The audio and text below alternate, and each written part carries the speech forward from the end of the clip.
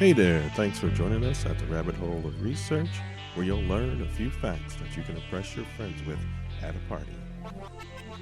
Hey, welcome back to the Rabbit Hole of Research down here in the basement studio. We're all crewed up.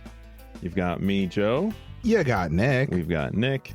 Georgia. We've got Georgia. You got Mary. We've got Mary. And we have a special guest with us. Hi, I'm BL Mostyn. I am the author of epic YA fantasy, Heroes of Another Age. And I'm here to talk about world building and magic and wherever the rabbit hole leads us.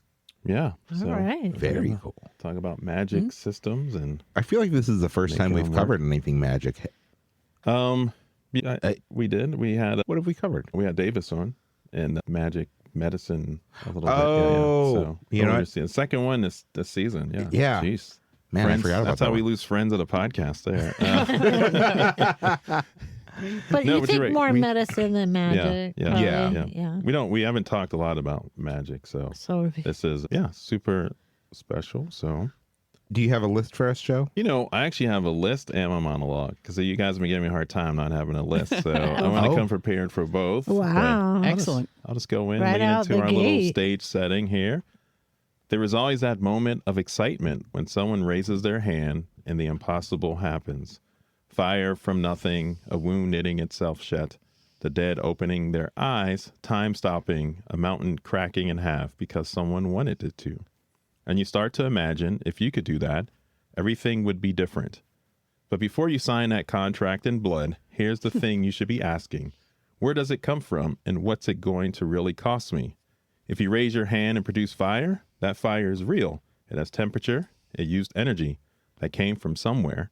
If you heal a wound, what are the biological costs? If you move a mountain, you just applied force to billions of tons of rock. And every action has an equal and opposite reaction. Energy cannot be created or destroyed. Science doesn't take the day off because you're the main character, and a universe doesn't give free lunches. And it doesn't stop at science. You have to think politics and ethics, because magic doesn't exist in a vacuum. It would exist in a world full of others. And the moment one person or one creature or bloodline has it, then everyone else will want it. But who controls the training, the access, the supply? Who profits? Who pays when it goes wrong? And what happens to anyone who tries to take it without permission? So hand waving them aside, what's magic really costing and who's paying? Or just remember what old Jack Burton always says. Have you paid your dues, Jack? Yes, sir. The check is in the mail. What? What is that one from? Big Trouble You in Little don't China? know? Oh my God, I forgot all about Oh my that. gosh. Everything starts a little magic. It's right I at the forgot beginning. all about that movie. Yeah, that's I love that it movie starts How with can you magic. So How yeah, do you forget that movie? because it's been forever and a half. forever Love that and a half. intro. Oh, Yeah, thank you. Yeah. So that's kind of, and my list kind of frames off of that, but I don't know. We can start talking and then we can go. I got a You're frame going to keep for us in suspense? yeah, no, I mean, I'll keep talking, that's why I do a podcast. So I was waiting for you to just jump into All right, your yeah. list. So I had a list, my list here, and it's always, I give this disclaimer to list. You can disagree with it. You can agree with it, whatever. But I had like a little checklist for Also, fictional. if you have anything that you want to add to his you list, can add to the list, yes. Or just jump in and just start Or correcting him. delete? yes, that's the way. Or delete, yes. I had a checklist for integrating fictional magical power systems. And I highlighted some of that in a little monologue, but I had energy source, like where does the power come from? When is it depleted? The physiology, what does it do to the user's body over time? Mind. Ecology, how does it fit in with the surrounding environment? Food web. Economy, who supplies the infrastructure, profits. Politics, who controls the access. Institutions that manage it or restrict it. And failure modes, what happens when it breaks, overused, or falls into the wrong hands. So I kind of had these questions, this checklist that as you build a world, I think you should be thinking about and asking in your work. So Yeah. you construct these worlds. So I write more in speculative sci-fi, but well, the interesting thing about sci-fi and fantasy is they're really not that far apart. So you're talking about magic systems, we could go straight into Star Wars and what is the Force but magic. Yes. And, you talk about hand wavium. We have all sorts of ways to travel. Are you traveling by dragonback? Are you traveling by warp drive? So the lines are not as well defined as we may think, but I think that's an excellent checklist. But they aren't necessarily all applied to the same type of magic. Yes, that's true. Good point. So do you fall under the umbrella of magic being a science? I'm so ashamed I don't remember who said this quote, but any sufficiently advanced science looks like magic. Yeah. Yeah. Yeah. Arthur C. Clarke? I don't know. It all comes to somewhere, and they're all Right. there's always rules about everything. As Joe implied, every action has an equal opposite reaction, and energy can't be created or destroyed. So where are you getting it from? Right. And I feel like it's magic just when I turn on the light switch. Yeah. And it gets Sure. light. Is it magic? It's Yeah. Is that like waving your magic, hand? right? It's like magnets. How do they work? Oh, B, can I And ask you a question? it's a great thing to think about scale. Something as small as electricity or magnets, like when you amplify that 10,000 times, you get lightning bolts and the Earth's magnetic field. Right. And again, it's science, or if you don't know how it works, it's magic. Exactly. Did you have a question, Mary? Oh, yes. I was going to, thank you. I was going to ask B, what is your definition of magic? Good question. That's an excellent question. Or we My can come back to it. definition- Yeah. Okay. I always say we can come back to it too, or if we want to think about it and tease out that. Yeah. I love the question. Okay. I think that magic is anything that we can do that we don't fully understand it. You can, you were talking about the lights, and in some ways it's magic to some of us and it's not to others. And Right. but the way somebody makes you feel, you talk about that magic something, emotions can be a type of magic, or, intuition. My daughter at the time was 2, and she hid my keys in a play microwave, and it should have taken me 10 years to find this, but I just had this sudden burst of inspiration that it was in this tiny little box. And I found them before I was late for work. What is that? Is that magic? Is that intuition? Is that something else? Right. So I think it's anything that we don't fully understand. I mean, the human body is magic. We understand synapses and electrical impulses and things like that, but we don't really know how it works. And it's different for all of us. So I think magic has a wide spectrum. Well, I like that. So at what point, so somewhat with that definition, and I think you alluded to it with the lights, that for some people, they move from magic to science. And is that where the power and control comes in? Because once someone understands it, then they're wielding it. You start to apply that in some way. Well, Yeah, yeah, but- science and superstition is so closely related, which, you know what I'm saying? So if you're actually the scientist and you're able to explain things, you take away so much superstitious power. You know what I mean? I don't know. Right. No, absolutely. I agree with you that, once it's demystified, it becomes science and not magic, because now we understand it. And, the scientist stops being a wizard and becomes a scientist because he's explaining it in different terminologies that more people can understand. Right. But Joe, you talked about training and who controls it. And so as soon as, the wizard understands the power that he's working with, she is working with, and is able to pass it on to others, how much do they understand? We talk about equivalent exchange and Right. or the energy from the earth or wherever you're getting your source from, or even the body. It's still, you understand how it works. It's sort of like doctors. They understand kind of how it works, but not really. Yeah. No, I think you can see that, and you're going through there and trying to understand the system and completion, because sometimes you don't need to understand every component to use the thing, right? So that's kind Like of a light you can switch. be like a light switch. I think You it's blow an it to light switch. excellent. I think it's a Or that's a good something, example. or your car, right? You get in, you either turn a key, depending on how old your car is, or push a button now, and it fires up a combustion engine. I don't know how many of us here understand. I mean, maybe there's some motorheads here, but understand a combustion engine in its entirety. And now with the electronics in the car and the computer in the car, you now have this other complicated system in there that as you get in. So, but we all, if you've learned, you have a driver's license, you've done that, you can get in the car, you can turn the wheel, you can put it in drive, and, you can go somewhere. So, and you don't have to understand it. You don't even have to, just understand how to manipulate it. So you've been taught enough to use this very complex thing. And, are you a master of that? Are you a master of driving? It's kind of a master of driving. It's kind of an interesting, right? Good Like, how do you move? And then you teach people to drive. So you go and teach. So that's this whole thing where you don't even have to have a complete understanding. True. So that's true for a lot of tools. You don't necessarily understand everything, exactly how they work. Right. But I guess then, would you call it magic though?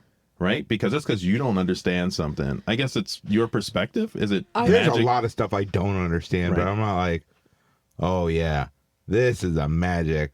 Right. How these words get transferred from one end of the world to the other. Right. Yeah. It's like, I don't know. I have a basic understanding of the internet, but it's not like.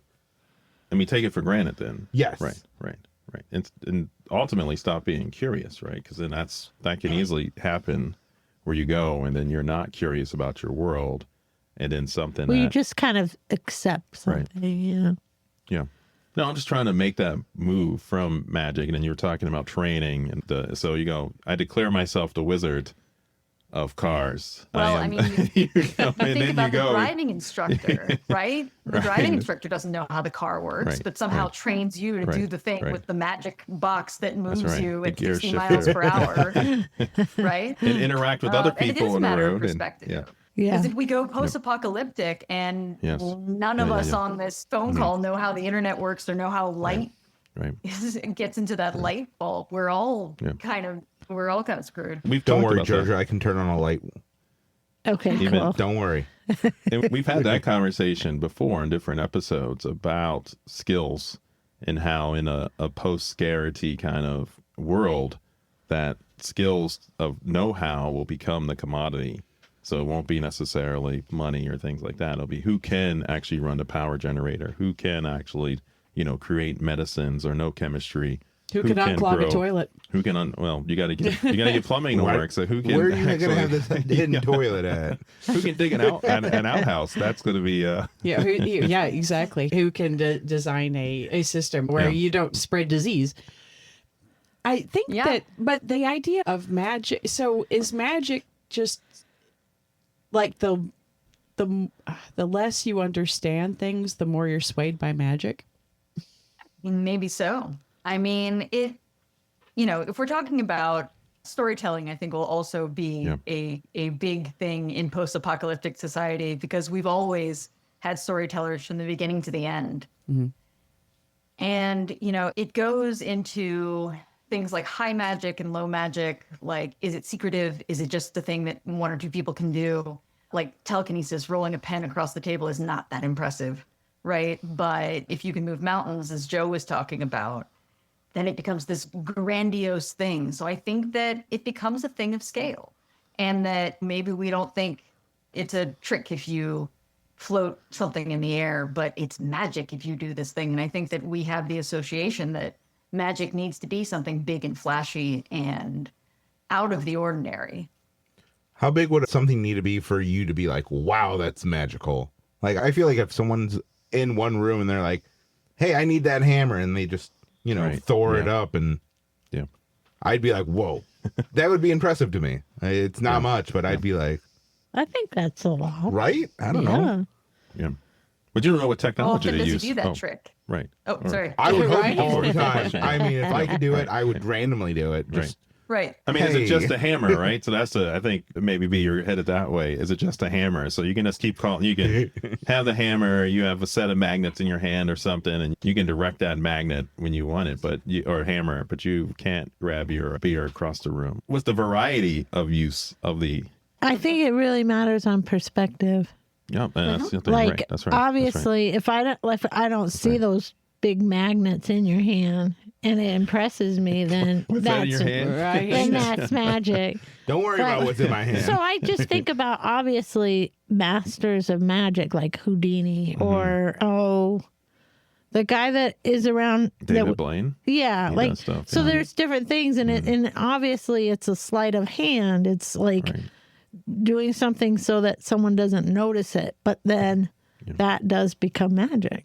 Yep. Or endurance or outlasting whatever. And that feat is like, wow, that's impressive. You held your breath for 20 minutes submerged in ice or whatever. See, but I wouldn't count that as magic. Like, You don't think so? no, Okay. that just Yeah. means you trained your body enough to Right. hold your breath. It's Yeah. impressive, but not Yes, magical. thank Not you. magical. That's what Okay. I'm trying to Okay. say. Yeah. I'm not like, holy crap, that's a magician right there. It's like, oh, good job. You can hold your breath.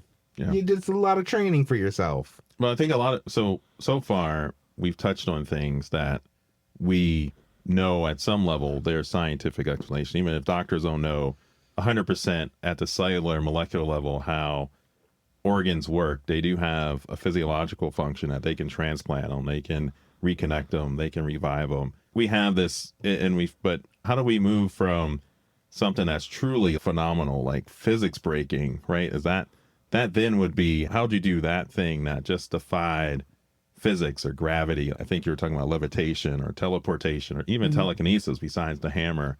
So if you can move all sorts of objects around, you can float them in the air and no strings. And I think it comes down to how many people can do it. So, Joe, you or Nick or Mary or Georgia, like we could all with a little bit more schooling, go back to med school and all become doctors in theory. And so it's something that we all have the ability, theoretically, to go and get our degree and be able to hook up organs in the human body and things like that. These are all things that we can achieve with enough effort. Whereas magic, who has it? Like very select people, very few people can move the hammer, can float the beer across the room or move the mountain. And I think that's when we start getting into the fantasy realm of it, that it's not something that's accessible to everyone. Not everyone can do it. And then it becomes magic. Because the next point, we can all figure out how wiring works and hook up a light bulb. But I can't call electricity to my hands. I can't, throw fireballs or anything like that. So I think that's when it enters the fantasy realm, when there are only a few people who can use this ability. So you had mentioned high and low magic. So you dive into those two, 'cause it feels like we're going to probably split into these pretty soon. So yeah, absolutely. So there's high and low magic and then soft and hard magic. High and low magic. High magic is like, it's everywhere. Like think about Lord of the Rings. There are wizards. We know there are wizards. There are magical beings that can talk to animals or that can, move mountains or can do these things. They're magical creatures like dragons. High magic it's everywhere. Whereas low magic is like a secretive, like one or two people know about magic.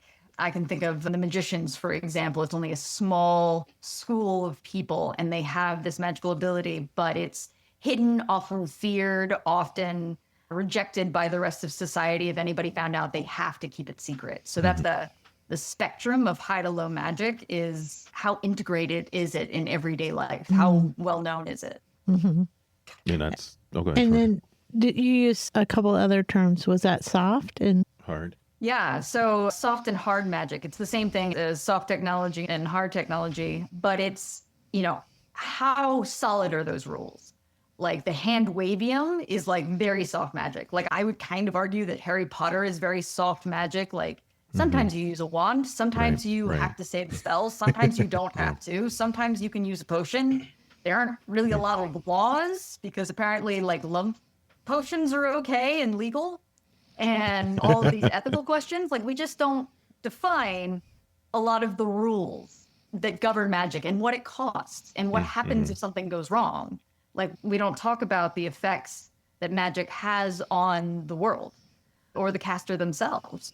Whereas hard magic, we can look at Brandon Sanderson is one of the king of hard magic. In his Mistborn series, he had, and I'm going to get this wrong, but he had 13 different types of metals and what each one of them did. And I couldn't find a chart on this, but he actually, in the writing, talked about to the gram how much energy that caster would get out of that metal that he ingested into his body and burned it in his stomach, but just basically digested it. Right. And so you knew exactly what you were going to get out of that, how it worked, how long it was going to last, what it did, what happened if it went wrong. If you swallowed copper instead of iron, you would not get the same effect, and maybe you couldn't even use it at all. So, hard magic has very set rules, consequences, backlash. I think that's the kind of magic I like to see, where it's like, oh, it does take a toll on you. It's not just out of thin air, I can do this. It's, oh, you can do this, yeah. And consistent. Yes. Right? 'Cause I think that's a craft issue there. Well, and then the also soft and hard. Sci-fi too. I think you have these same sort of soft, hard science, sci-fi that you go into. And I think a lot of times maybe the author knows all these rules, but they aren't necessarily written in the, could come up here and there. But that's so interesting. So before you, so your books, how would you define your books? I tend toward the harder side of magic because I like the idea that there are consequences, that there are rules. If somebody in the cast got injured and somebody could just wave a hand and they're healed, well, there are no consequences anymore. You don't have, the stakes have lowered dramatically. There's no threat of death. There's no threat of dismemberment or injuries. Like, oh, we can fix him, no problem. Right. So I like the idea that there are consequences and there are rules, and it's not limitless. Like, this is an ability, we could all do a race right now, and it's based on our bodies, and it's based on how much energy we have, how long we would go, who's going to win. And it's advantageous to each of us to hone our skills and our abilities and our physical prowess to be able to handle these powers and these effects. So I do tend towards the harder side. Mm-hmm. Nice. Right. Yeah, no, I think I think it's good. And I think Georgia touched on it just in writing. I always say that even with sci-fi, one should understand their world, all the elements. You don't have to necessarily write all that, but you should know it. Because I think you can easily go into the softer kind of hand-wavium because you all of a sudden have a plot hole and you hadn't thought through. And so you write yourself, you paint yourself into the corner, and the only way out is to literally wave your hand and get out of it and break kind of your own rules as you go through it. And I think you're mentioning Harry Potter and some of the rules there, where sometimes it works this way, and then sometimes, and it's never no explanation of why. Like, even if you gave this person some level, you have to understand that and think about it. But I think we're thinking about two different concepts, possibly, because magic, I think like the way we're talking about magic is exempted from scientific rules. But in order to have a story that's meaningful, then there has to be some rules within that magical system. But they don't, so you don't have to think of maybe you do, like the scientific rules. How many calories does it take to levitate off the ground or fly through the air? But you don't have to in a magic system. Do you know what I mean? But you want to do that as a proper world building system to know how your world works. Even, that kind of thing. I don't know. So I'll say this. I don't know if you need to know all the details down to the gram of metal of how it works. I think you just need to have a consistent set of rules so that when this magic is used, it is used consistently throughout your story. That's a good, it's good storytelling. You don't have to be scientifically accurate. That, at least if, I'm writing, that's what I do to make sure that the rules are just followed. Right. That in chapter 7, all of a sudden you got a new set of rules because you've had some plot hole open up. But is that fair, or is that? Yeah, I totally agree. There's another term used in writing, the deus ex machina, where the solution just comes out of nowhere, and it's like poor storytelling, right? Like, where you're just like, we have not talked about this thing that came in and swooped and saved the plot and all the characters and things like that. And I feel like that's what happens when you break your own rules of magic, of technology, of whatever you're writing, is without rules, and given it is all made up, it's fiction, right? But without rules, like, where's the plot? Where's the stakes? Where's what are you fighting against? Where are your restrictions? And, because if you could do anything with magic, you could just go up to the bad guy, snap your fingers, and they're gone. It's a pretty short story. Right. And I would like to also talk about your new book, Heroes of Another Age, and how magic, without giving everything away, but how does magic come about manifest itself in this new book of yours, in the new book? Yeah, absolutely. So magic in my world is element based. And again, we talk about the tip of the iceberg is the only thing that makes it into the book, and that we as writers know like all the rest of it under the surface. So I have created a cycle where, the gods have bestowed magic into the world, which is caretaken by these elementals, which, floods the world, the water, the air, the fire, and the stone with this power that is then consumed, eaten, or drank by humans and animals. And, as they eat other humans or other animals and plants and things like that, they accumulate it. And then their prayers go back up to the gods, who then do this cycle. And the ones who are gifted with the ability to use the magic that they have within them draw from themselves, but they also make pacts with the elementals, who are the caretakers of the world, because, gods are a little outside the range. And they can draw from the elemental and they can draw from themselves, but they have limitations. Their bodies can only hold so much. And even though the elementals, have tremendous power, the caster themselves can't hold all of it. So I have rules and restrictions in that way. And, it's taking from these different elementals, you get the different types of power. So if you drew from the fire elemental, you get fire power, sheer kinetic power, you can just do your own energy, or, wind or water or stone. So that's really my magic system. And it's determined based on the caster, their physicality, how much, energy, vitality, however you want to say it, how many, chocolate bars they've had that day for the energy to call it the spell. But it's Big max. Yeah, exactly. It's based on their physiology, how much magic they can contain within themselves. Are they able to do multiple different elements or no? Mm-hmm. Oh. Absolutely. I actually, again, we're getting into the nitty gritty of it, but there are 3 levels of casters in my world, because we all, in my books, have magic within us, but it's about the ability that you have to access that. And one is called the listeners. These are the people who just have a super green thumb, and their fields are always growing well because the water always goes exactly where it needs to go. And they have an affinity for an elemental, and they don't even necessarily speak to the elementals and the spirits and things like that. They just sort of have a gift for it. So they're accessing a little bit of that magic subconsciously. And then you've got the speakers who can speak to one type of elemental. They have affinity for one type of element. And then you have the commanders, or the sorcerers, who can use all the different types. You have this hierarchy, it sounds like. Is that a hierarchy of control also? So would the sorcerers, I guess, would they be the ones that will train up or seek out, or, do you have this, a political structure? I guess that's what I'm getting at. Is magic now controlled that way in your world?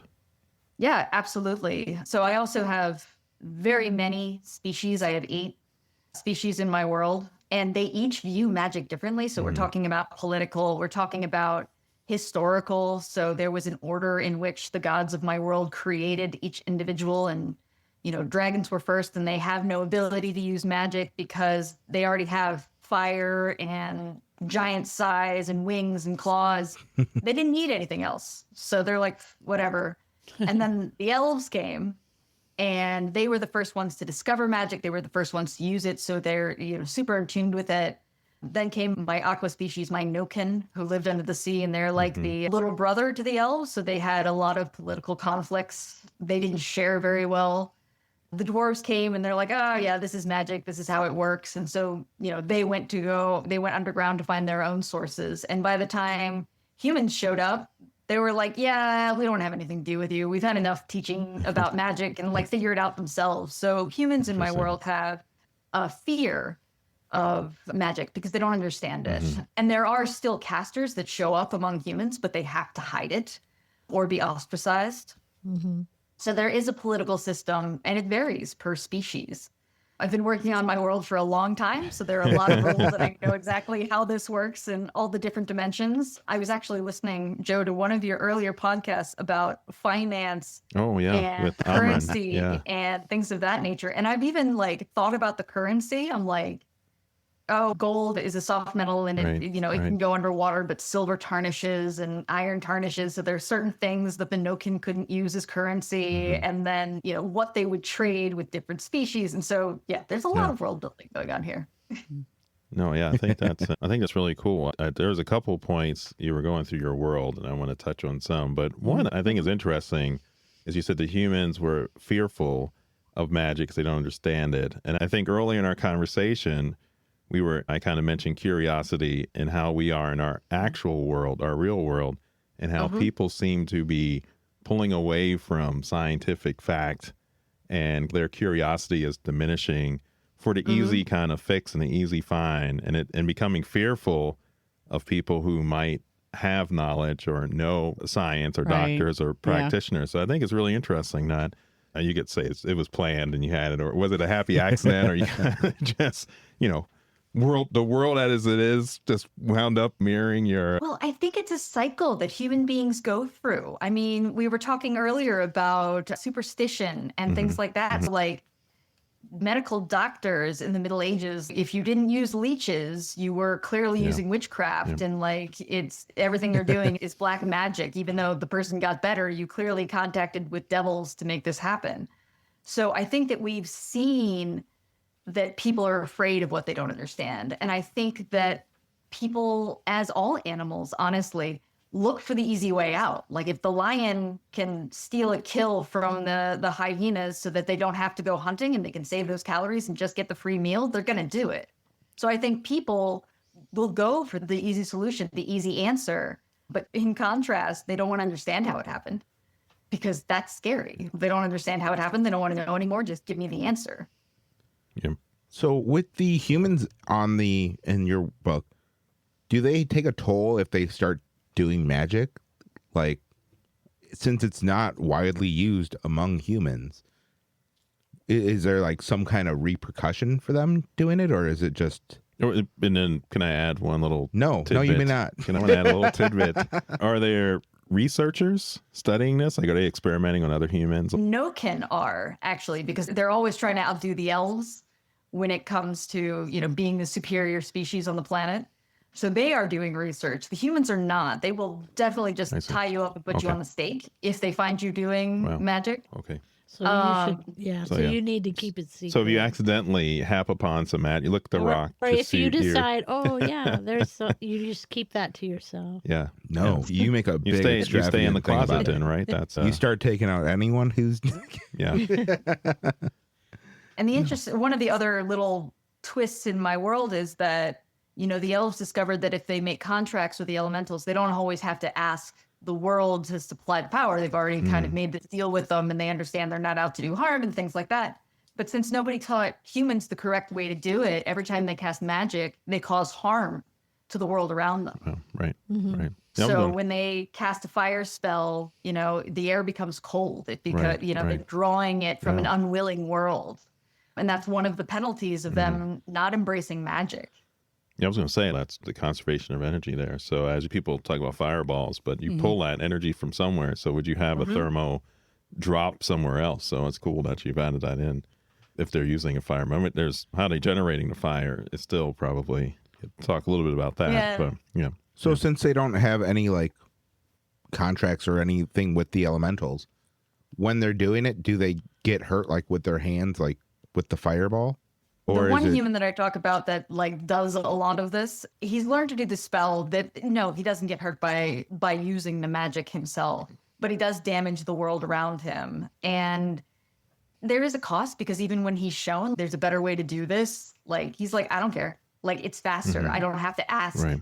I don't have to ask the elements for this. I don't have to make pacts. I don't have to do any of this stuff. Like, so there's a moral toll that kind of comes with like doing it without asking, without permission. And eventually, if you do cause too much destruction, if you do cause too much trouble, the elementals will have a problem with this and come and get you. Well, it sounds like the humans will take care of it first, Well, right? that too, if they discover If you're first. there, that who gets to them, and then kind of does this kind of I think that leads into kind of the other area was the biome, and you mentioned dragons, and dragons in fantasy realm are usually magnificent, powerful beasts, true apex predators.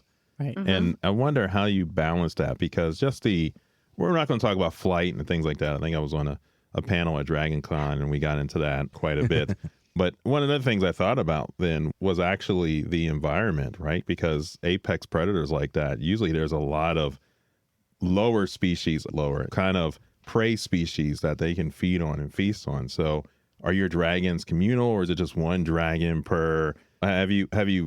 What's your math there to work that out? So they are communal. They're one of the intelligent species on my planet. They were one of the first. So they are communal. They do have governments. They have trades with the other species, but they are confined in where they can live. Where they lay their nests has to be a volcanic, arranged like could be dormant, but like still has that pool of lava that will incubate the eggs for them in a communal clutch. So that explains why they're not all over the world and just taking over everybody's territory and mashing the rest of the species into dust. So that's one way that I control the populations and their realm of influence and things like that. They also don't breed quite as often. Like I think it was, there was one movie where it was the dragons used to exist and then they all went into hibernation and the one guy left them out and they took over the world and there was like one male. Like all the rest of them were female, and he could impregnate all of them, and they all laid a clutch of 80 eggs apiece or something like that. And it's like, no, this is not sustainable. And even the one male dragon started eating some of the females. Right. Yeah, that's. So, I mean, now are your dragons as large as? I mean, in terms of size, like are they dinosaur size? Are they elephant size? Are they dog size? I would love if they're dog size. Me too. Probably very sustainable, right? Yeah. There's a fascinating book. I think it's called. I just want to see a human piss on An off. Adult's Guide to the Dinosaurs. Dragons, yeah. Oh, dinosaurs. Okay, yeah. No, because like if you talk about the larger dinosaurs like the brontosaurus, the brachiosaurus, they all started out the size of house cats, and then they grow in huge leaps and bounds to be much bigger. But if you even look at the dinosaur eggs, they're like not that big. Not big, yeah. And so dragons in my world are similar. They're born on the smaller size. And so it takes hundreds of years for them to get to the really colossal sizes where they're the size of like full grown dinosaurs, right?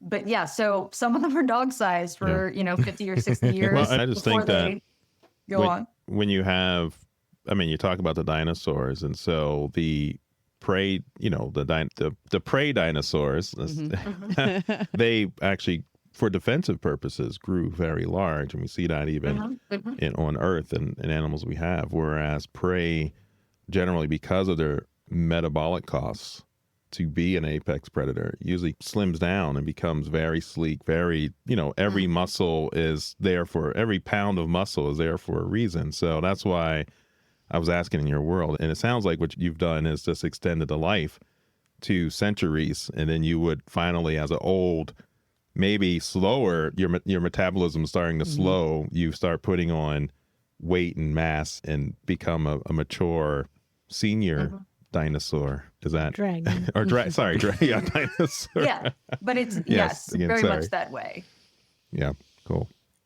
Yeah, no, I think it's always interesting, the biology of these worlds and the creatures that live in there, because you have to think about that, like why, I guess the dragons, would they eat the dwarves and the elves and the humans, right? I mean, there would be the food items at some level, is that right? I don't know. I'm just thinking out loud. In my have world, Big they're Macs. not, Big because Macs, they're a that's communal right. species. There's trade. They really view themselves as historians and the keepers of time. I see. So because they're the ones who invented it, because they were the first species that actually was around and populating.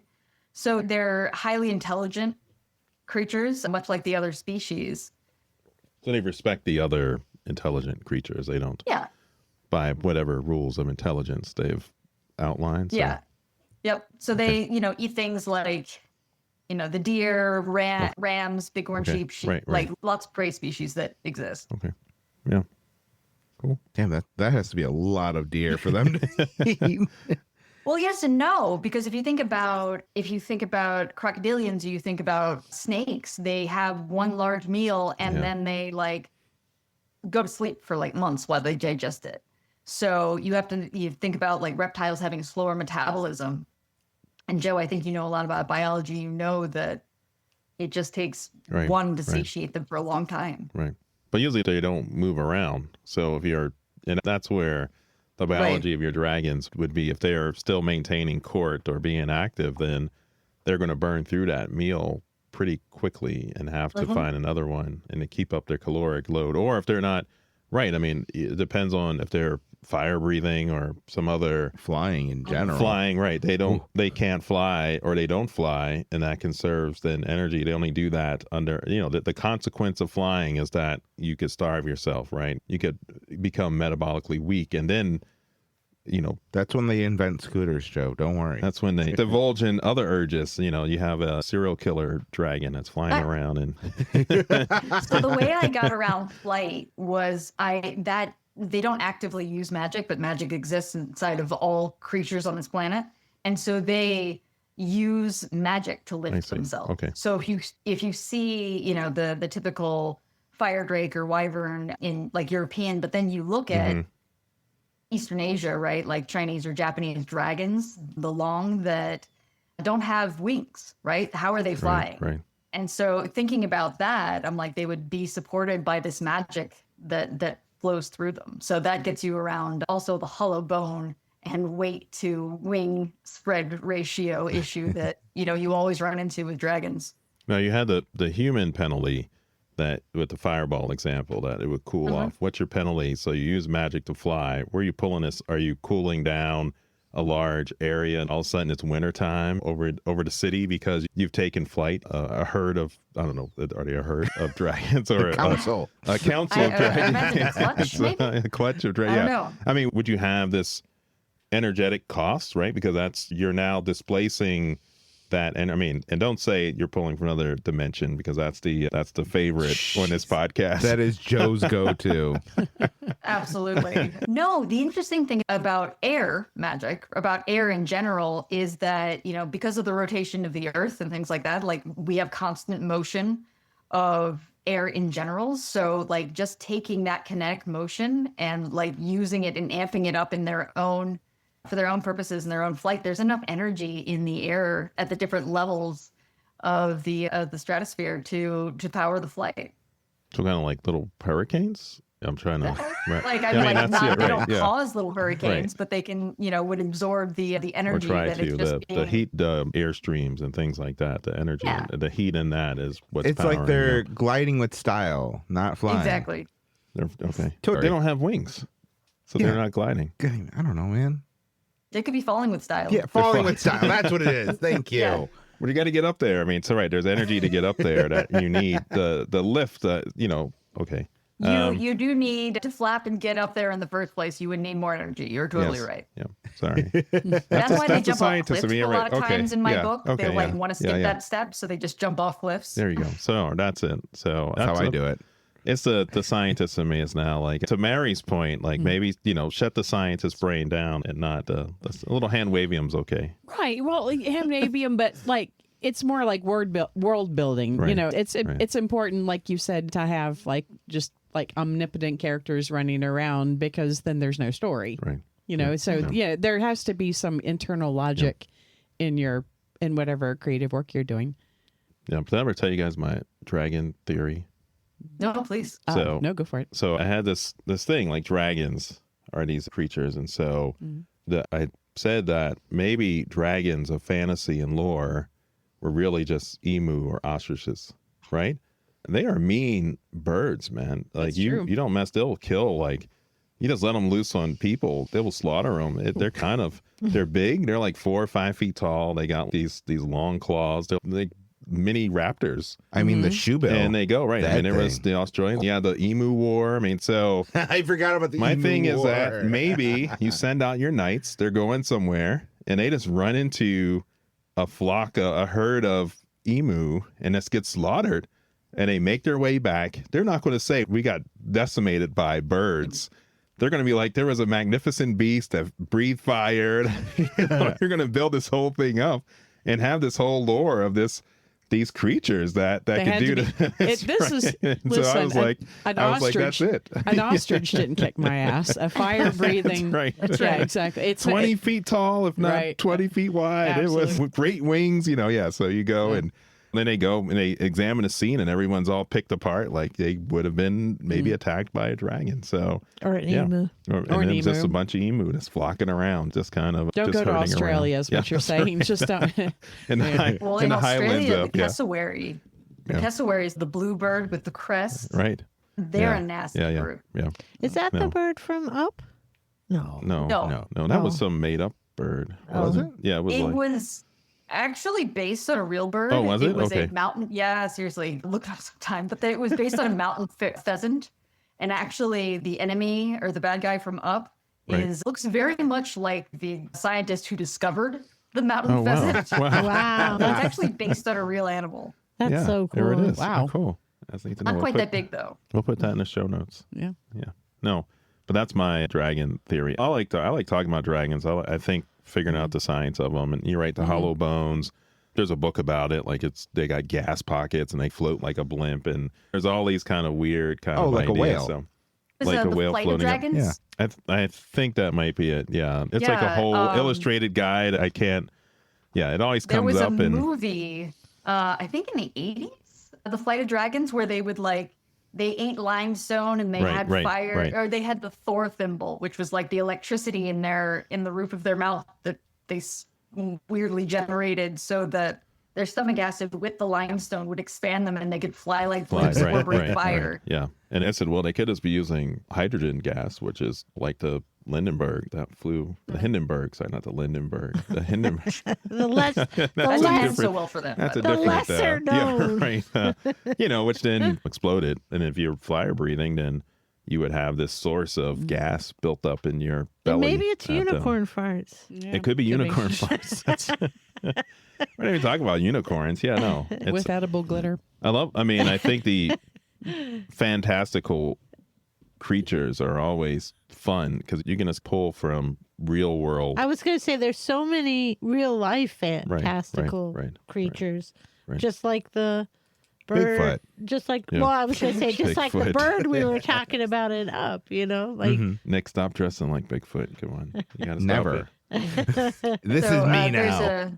Yes. There's an insect called the bombardier beetle. That's right. Yes. Oh, And yeah. actually, it has a couple chemicals that makes napalm and makes fire, just It like does, yeah. Oh, through yeah. your end. It's Oh, like about wow. 100 degrees. They can just blast out and eject tens of feet. I think remember it's, that bug yeah, because of that children's book called The Bugliest Bug. Do you remember the that? bug. I do remember the bug. Yeah, they Yes. talk about the. Oh. Yeah. No, I don't know Bombardier that one. beetle. Cool. Yeah, no. Yeah, that's always especially talking about how would you get to fire breathing? How would you get to projectile kind of exothermic reactions out of that? So you could have this chemical mix. That one's easy. Different organs, you could set that up and have to create fire. I think the flying is always especially for a large creature. Wouldn't you Is say it that so? even we have a hard time even explaining how we make airplanes fly? Magic. right? There is some, right. The Everyone in that lift plane has principles- to hope and It think. is, that's right. That We is don't it, fall yeah. out of the It is, sky. yeah. But seriously, Yeah. that's There are like models, that's but pretty I don't much know, like a yeah. magical Yeah, concept it in is, a way. yeah. No, there's a number As of soon things as someone that doesn't are believe it, they'd crash. that we use that fall in that we maybe not understand it 100%, but it works, and so we just go with it until it stops working. This worked really well for I always love it when you shrink down physics and it like works completely different. Like the Yeah, that's bumblebee right. should Yeah. in no way be able to fly, Yeah. Right. but it does. Yeah. You do the same thing with quantum mechanics, right? So you have kind of classic physics, Newtonian physics, and you got quantum physics. As all the rules kind of change and shift there a little bit. And we don't understand everything. That's why we do science. That's why we're curious and think about it. But Are you saying I don't understand everything? I don't know what you I don't understand, Nick. this. Don't. I'm not What do you accusing mean? anyone of anything here. What is So, this nonsense? No, was there anything you wanted to go into while we're here? You got us here, and any ideas you want to hash out, or we find the hand wavium of your biome a little more, no, or someone else? We can leave names out. No, I was curious about so we talked about the physical kind of costs of magic, Yeah. but there are more. We talked about mental. If you look at like Star Wars, the dark side of the Force, the light side of the Force, that there's a bit of a morality there, but also, what if the source isn't from you personally? Like the dark wizards who sacrifice people and cut out their hearts to appease the gods or to get certain powers and things like that. So the cost of magic is interesting, and it changes from culture to culture. Like the Far East will talk about mana, which is different than just energy and vitality. You see a lot of it in video games and things like that, right? Like you've got your mana bar to tell you how much you've got. So I think that the cost of magic is really interesting. It comes down to, what are you willing to pay? What are you willing to give up in order to use this? Right. It's like basically selling your soul. You gotta be selling your soul. I mean, for some of them certain would, yeah. Right. abilities or certain. What do you pull forward? What will you gain if you do choose one path versus the other? I think Star Wars. And I mean, that's a little sci-fi fantasy. So I mean, I think that we all, well, I can just speak for myself, hope there is karma. I mean, you really hope that someone gets there, right. you know. Right. I always think that the thing that was interesting in Star Wars, and we did talk about that on the financial one, maybe not in this level, but it almost felt like the Jedi had industrialized the Force. Like they were going around the universe, scouring for people who had some high midi-chlorian value, and then taking them in, training them, and saying, this is the way, and you're going to, and then the dark side of the Force, they had their own practices, and I don't know if they were more evil. I think the way their story was told, Blowing up a whole planet. Come on. but the Jedi blew up the entire Death Star. I mean, that was blowing up planets. So I mean, that guess wasn't the Jedi, though. That was done by a Jedi. well, Good You know, that's point. because you're the grouping Jedi. them- they're That's because the Jedi Order was wiped out. Wiped out, yeah, because Yeah. they were laying the hard pressure on the few folks who wanted to study a different pathway of Force, right? So And that's control, right? So that's the control, and where was the money coming from for the Jedi or for the rebels? That there's a lot of undisclosed. Joe, are you Hand wavium. are a you lot. standing up That's for right. the Empire? I'm just saying that the story is, we talked about storytelling, and the victors get to tell the story, and so it seems like that. It's these two guys we didn't like, right? Because there's only a master and an apprentice, and then you got hundreds of Jedi. So it feels like somebody was on a take. Yeah. I just think that's just good organization, really. You know, right? You know, yeah. But once you figure out the cost of it, you can then industrialize it. Then you can go, let's create a system where we have a power structure, and we want our way of magic, our way of life to persist. So how do we keep that? And anyone that challenges that, then they become they become the dark side, right? I mean, Enemy of that's the it. state. Right, exactly. So you can frame it a lot of different ways, but I don't know. At some point, the Jedi were maybe wrong.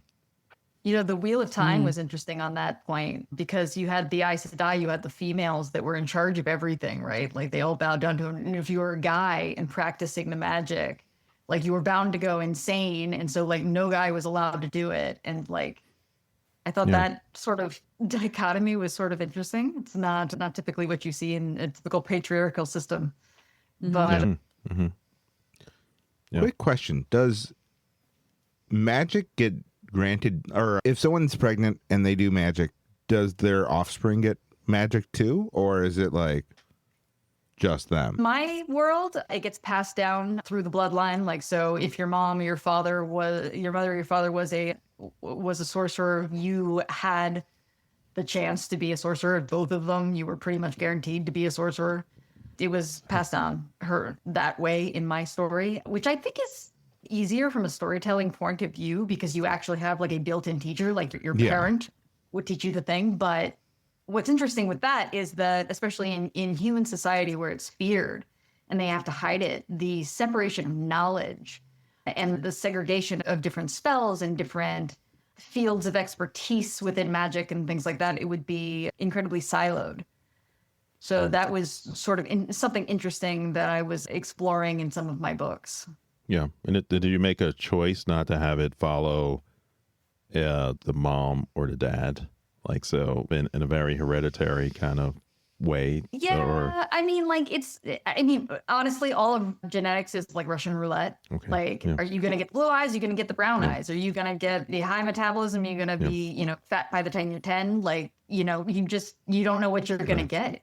Crazy grab bag at the end of the day. So I figured the ability to use magic would be another one of those genetic components. There are some maternally inherited features, right? So that's how mitochondria all are maternally passed, just because the nature of how male sperm works. It kind of burns itself out to deliver the DNA payload, and then the egg supplied by the mom has all of the kind of goods to get life going, and the energy resources, the protein resources.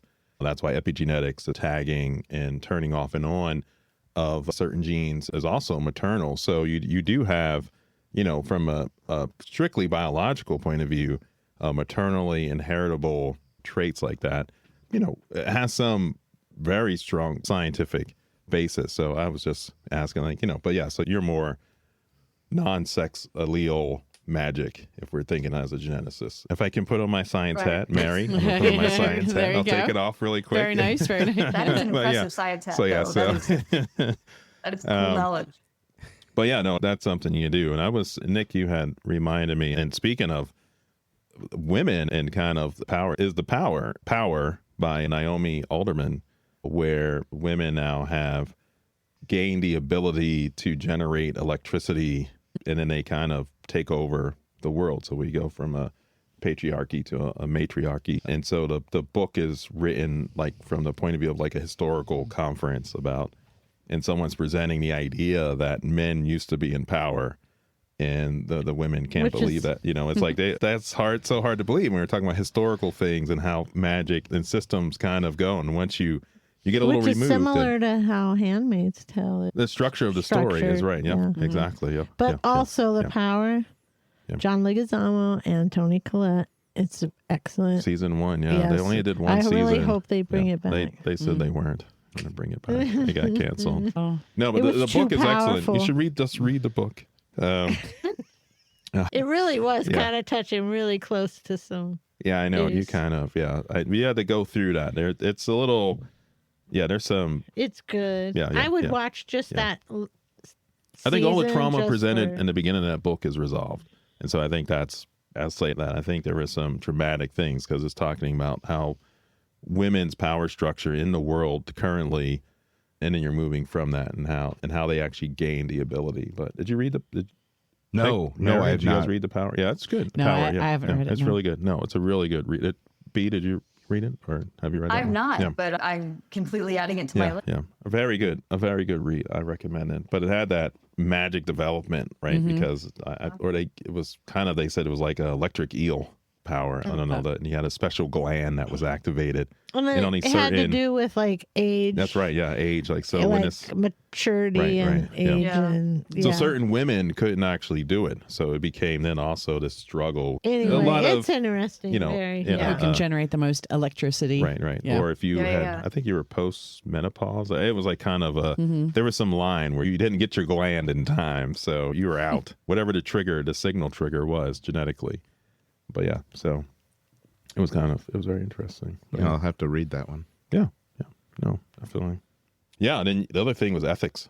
I think that came up, and we've touched on that once you have magic, what is, you were saying that, and in your world, you're like the sentient, intelligent species have some ethics that they're not just going to go and, you know what, there's probably war and things like that, but they're not discriminately, they're using magic in some ethical way. But I think sometimes, like you said, I think you get into systems or books and stories, and it's just like, I don't think that's there's- where the tension comes from. Yeah. That's a lot of times. You know what I mean? Is there any kind And of that's- magic that can be considered a war crime in your books? Yeah.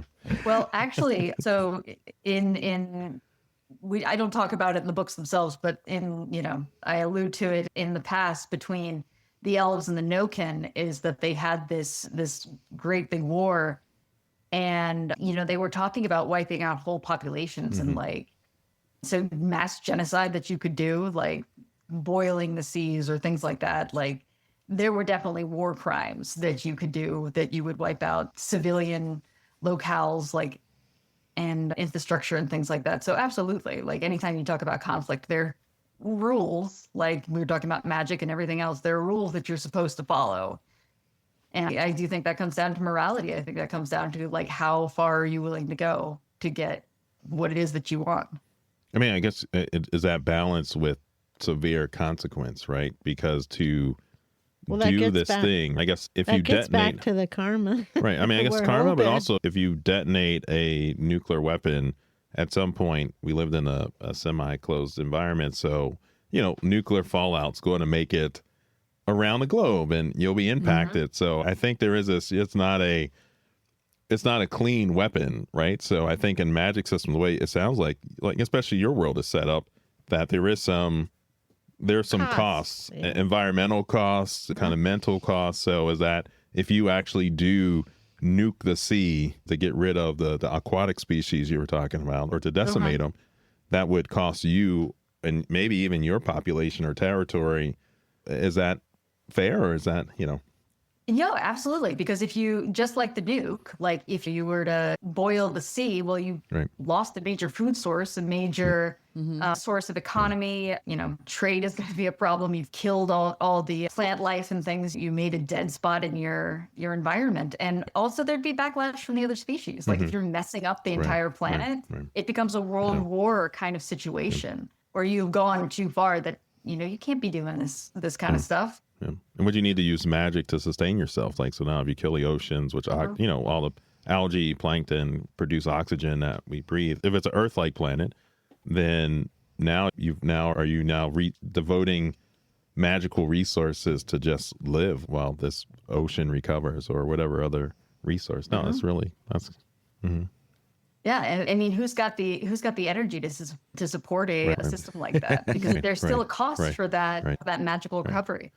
Right. Poor humans sound like they're screwed in that, though. So. Oh yeah, 100%. Yeah. So, B, if you had a magical power, what would your magical power be? Shape-shifting. Nice. What would you shapeshift into? Well, it depends on the situation. I feel like this solves like so many of the other powers. Like some people say flight, I could turn it into a hawk. Yeah. Like some people say I want to breathe underwater, I could turn it into a fish.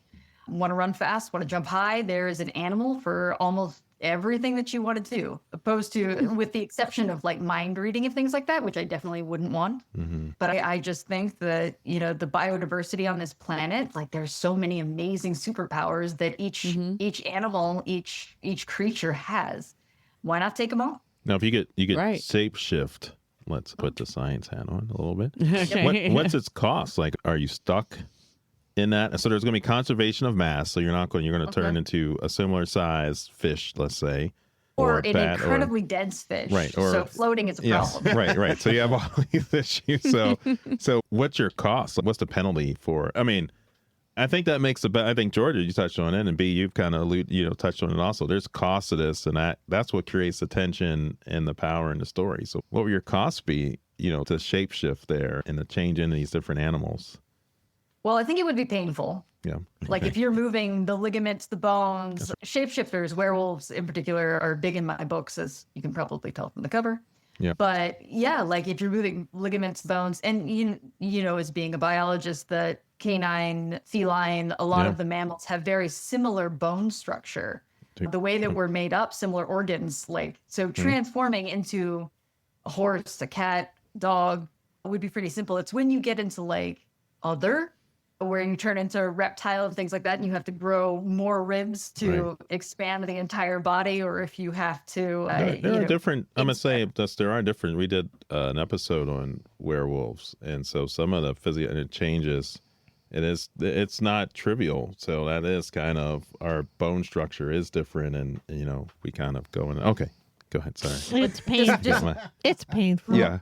Oh yeah, painful would be it. Yes. But one of my biggest pet peeves about werewolves, if I'm allowed to say this, is that like everybody goes and they create like the whole body and the face, but they never put a tail. And I'm like, really changing the shape of the skull is easier to believe than adding a few more vertebrae or even just elongating the vertebrae. Yeah, or changing that shape. No, there's in the episode we talked about it and how we kind of just said you would have to go pretty much down to almost a goo form and then reform yourself out of that, kind of like a butterfly, caterpillar butterfly transformation. And it would be cleaner. But how many Big Macs? It was quite a bit. I think we were in a few 100,000 calories to hit. We did the math in Delicious. that episode. It was a fun one. Yeah, we were eating people. It was. What about you, Mary? What would my magic power be? Oh gosh, I think it would be really cool to understand languages. To be able. And I once had an idea that I never did anything with, but like you make a wish, like to understand all the languages, and then whatever gene, careful what you wish for, you end up understanding every language in the universe. Right. So, and that would be kind of fun. So you all of a sudden your brain is just crowded with, noise. Right, exactly. Driving you mad. Where is this thing coming from? Or like just the idea, like, oh, we're really not alone. That kind of thing.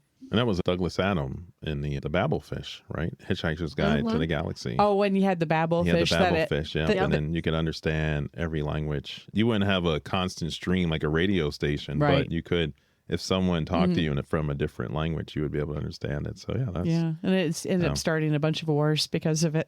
So Mm-hmm. How about you, Georgia? Oh gosh. You had all this time to think about it. We went through werewolves, Babelfish. I can't think. I want to ask Nick. That's right. I would want the ability to control the air element.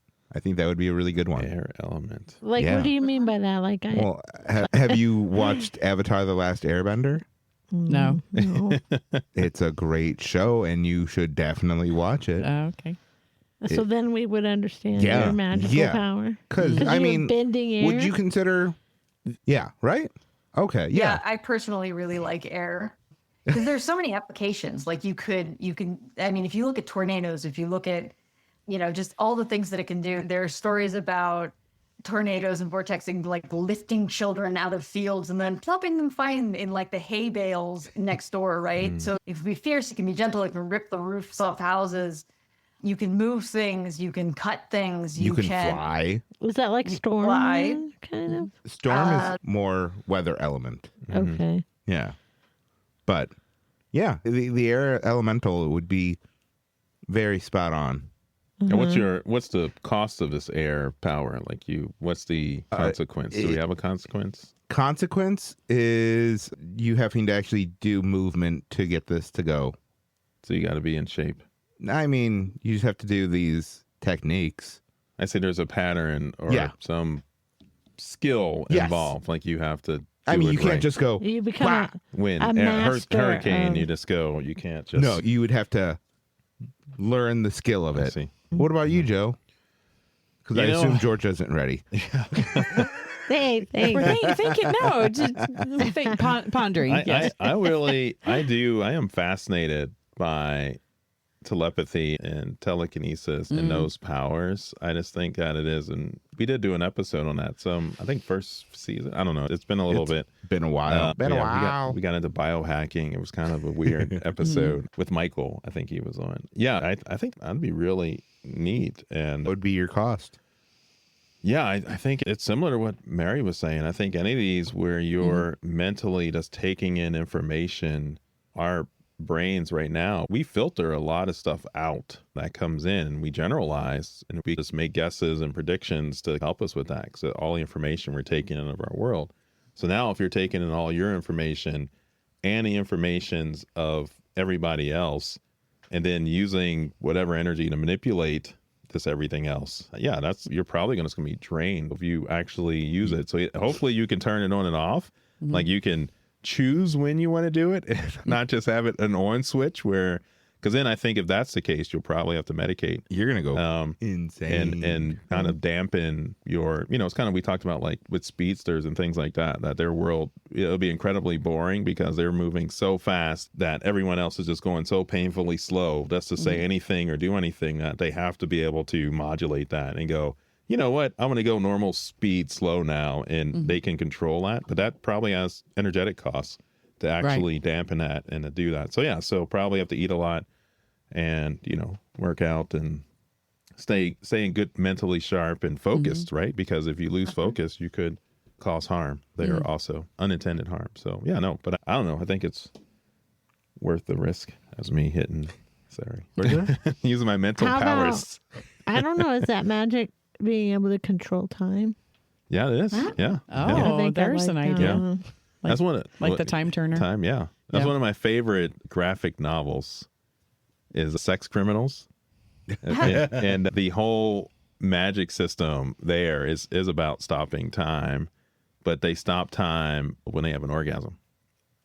And so the whole system is built that way. And then there's cops and groups of people that monitor that and go after people who are, and the people that accidentally figure out they can do this, they start robbing stores and stuff, hence Sex Criminals. So it's pretty, but then the thing about the comic, if you read it, it gets pretty meta and it goes into a lot about depression and with this power and this sense of what you're doing. So it really, I think in the later episodes, broke the fourth wall and had this whole thing, because I think the writer and they were going through some stuff and they were using this as that way. But it went from this kind of cheeky fun to this really serious, like, whoa, that's kind of heavy, man. Was this kind of, but I had thought about that. Yeah. Right. So, but time is, that'd be crazy. Yeah. So B, do you have anything that you'd like to plug? And I'd just like to, thank all of you for my time today and encourage all of your listeners to pick up my book, Heroes of Another Age, and it's available everywhere fine books are sold. I also have an audiobook, so you can get it there as well.